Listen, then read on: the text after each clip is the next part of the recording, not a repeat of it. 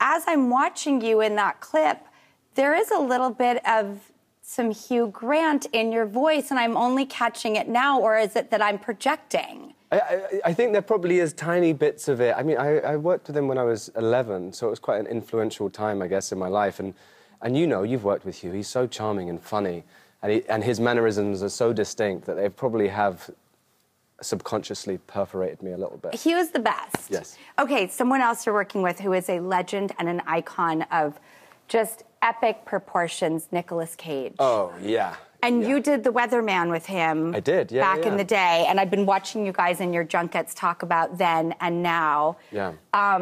What is he like? Because I used to know him back in, like, the old club days. I used to, like... I wish I had more stories from the old club days, because occasionally I get a glimpse of, like, the wild days of Nick Cage, and I'm like, whoa, this is... Because now he's very diligent with the work. I mean, and it doesn't get better for me in this movie. It's Nick Cage as Dracula, so it doesn't get more iconic than those two combined, really. It's like he's got it. He just keeps ascending. He is one of the most intriguing figures, I think, that has ever been in this industry. Oh, completely. His dedication, and also where he draws inspiration from, particularly for this Dracula role, is so fun to be on set with and witness it.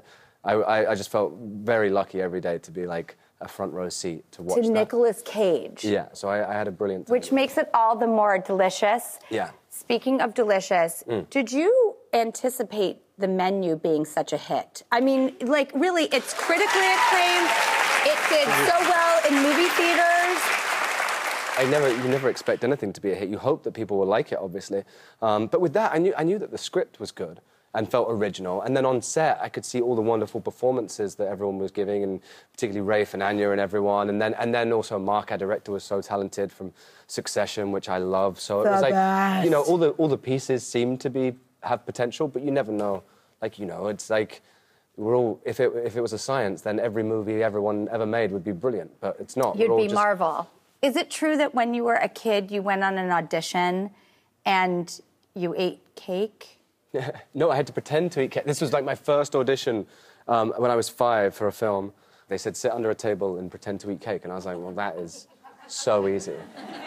And so I did that, and I got the part. And I was like, and so I think eating and acting has always been synonymous for me since then. Probably why I end up doing, like, the menu and eating bugs in Renfield and all this sort of stuff, because it's like...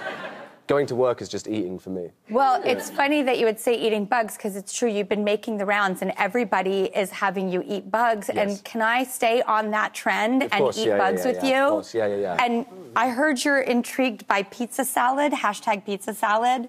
Yes, I've heard about this. So one of my things, when I first came to America, working in America, and I was like, your salads are very unsalady. Like how? Because it was just like bacon and egg and cheese. There was more of that than there was leaves. Oh, and I was like, it's delicious. I'm not complaining. Like I like how you've run with salad and just decided, you know what, we'll call it a salad. But essentially, it's just all the yummy stuff that we want from somewhere else. Well, let's go eat bugs and pizza salad and margaritas. All right, great. We'll be right back.